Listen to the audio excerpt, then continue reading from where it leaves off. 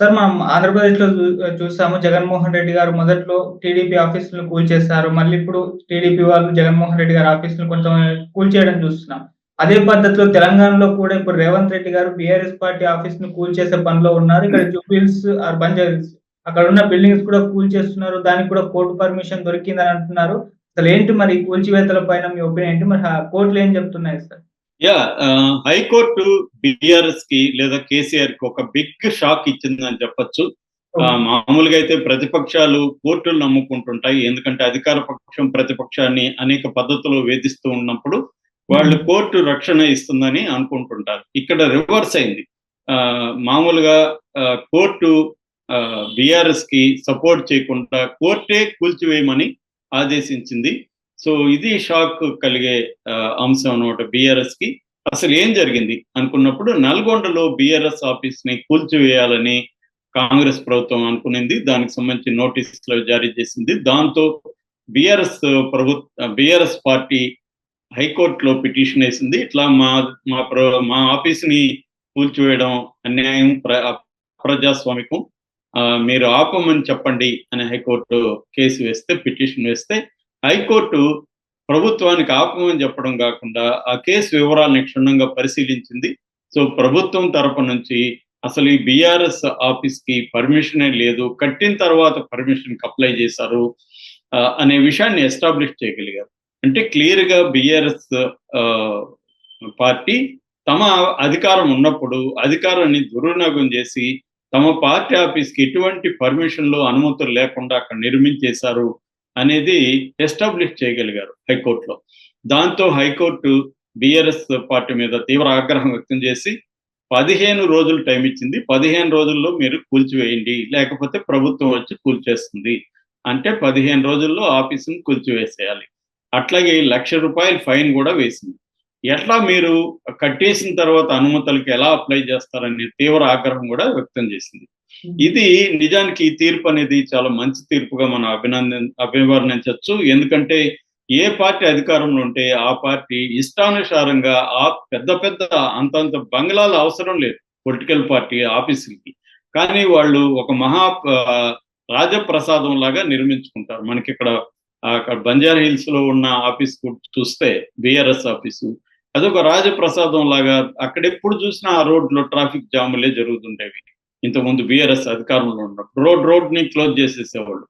అట్లాగే మనకి ఆంధ్రప్రదేశ్ లో చూస్తే కూడా అన్ని పొలిటికల్ పార్టీలు, అక్కడ తెలుగుదేశం పార్టీ ఆఫీస్ కావచ్చు, జగన్ది కావచ్చు, వైసీపీది కావచ్చు, ఈవెన్ సిపిఐ సిపిఎం ఆఫీసులు కూడా ప్యాలెస్లుగా ఉంటాయి.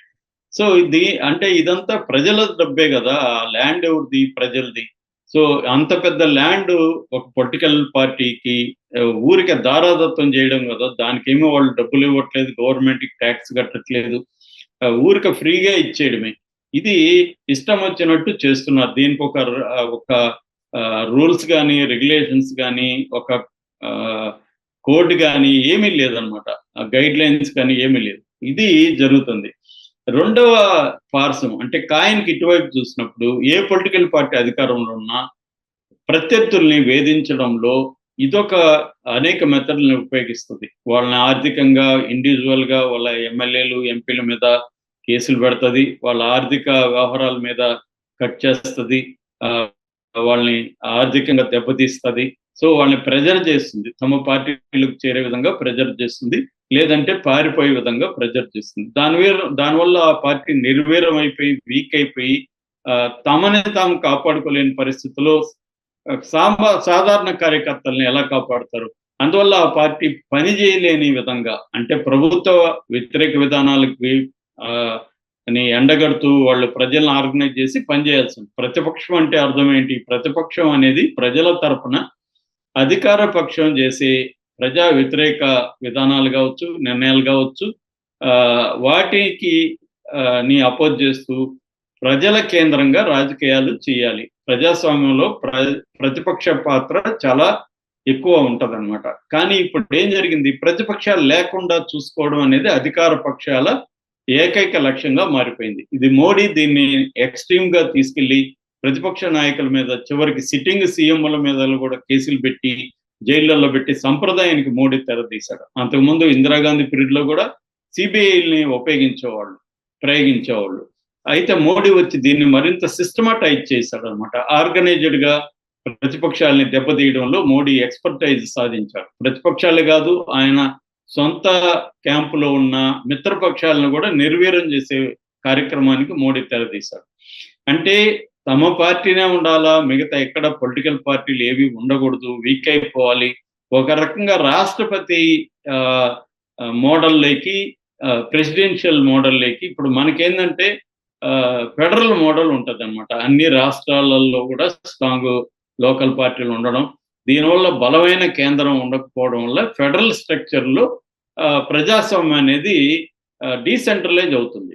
దీన్ని దెబ్బకొట్టడానికి మోడీ ఏం చేస్తున్నాడంటే కేంద్రీకృతంగా ఉండే విధంగా ప్రతిదీ కేంద్రాన్ని స్ట్రాంగ్ గా చూసుకుంటున్నాడు. రాష్ట్రాలు వీక్ కావాలంటే ప్రాంతీయ పార్టీలు ఏవి కూడా బట్ట కట్టకూడదు. ప్రాంతీయ పార్టీలంతా కూడా దెబ్బ కొట్టేయాలి. ఇది మోడీ యొక్క వ్యూహం అనమాట. ఇందులో భాగంగా పొలిటికల్ పార్టీలు, రాష్ట్రాల్లో ఉన్న పొలిటికల్ పార్టీలు కూడా ఎలా తయారైనాయంటే, ఒక పార్టీ అధికారంలో ఉన్నప్పుడు ప్రతిపక్ష పార్టీల్ని కంప్లీట్ గా ఇబ్బంది పెట్టడం అనేది కనిపిస్తుంది. ఈ యాంగిల్లో వీళ్ళు చేసే మోడస్ ఆపరండి ఏంటంటే వాళ్ళ ఆఫీసుల్ని కూలగొట్టడం. దీనివల్ల ఏంటంటే, ఒకటి వాళ్ళు అక్రమంగా కట్టుకున్నారు, గతంలో వాళ్ళు ఇంత డబ్బులు సంపాదించారు, ప్యాలెస్ల్ని కట్టుకున్నారు అని ప్రజల్లోకి తీసుకెళ్లడం ద్వారా వాళ్ళ లెజిటిమసీని దెబ్బకొట్టడం, ప్రజల్లో ఆ పార్టీకి వ్యతిరేకమైన అభిప్రాయాల్ని వ్యాపింపజేయడం. రెండవది, అది ఒక సింబాలిక్. పార్టీ ఆఫీసుని దెబ్బ కొట్టారంటే పార్టీనే దెబ్బ కొట్టినట్టు. ఆఫీసులు లేకపోతే పొలిటికల్ పార్టీలు ఎలా ఫంక్షన్ చేస్తాయి? అందుకని ఏం చేస్తున్నారు, ఆ పార్టీల్ని, ఆ ఆఫీసుల్ని కూలగొట్టడం. ఇది జనరల్ గా చేస్తున్నారు. మనకి గతంలో వైసీపీ ఉన్నప్పుడు కూడా మంగళగిరి కేంద్ర టీడీపీ కార్యాలయం మీద దాడులు చేశారు, వాటిని అక్కడ ఉన్న ఫర్నిచర్ వాటిని తగలబెట్టారు. ఇవన్నీ జగన్ కూడా చేశాడు. తర్వాత చంద్రబాబు రాగానే రివెంజ్ మోడ్లోకి వెళ్ళిపోయి వైసీపీ ఆఫీసులంతా కూడా కూలగొట్టడం, ఎక్కడికక్కడ అవన్నీ చేశారు. చివరికి కోర్టు అక్కడ జోక్యం చేసుకుని ఆఫీసులను కూలగొట్టద్దు అని చెప్పింది. దాంతో అక్కడ ఆగింది.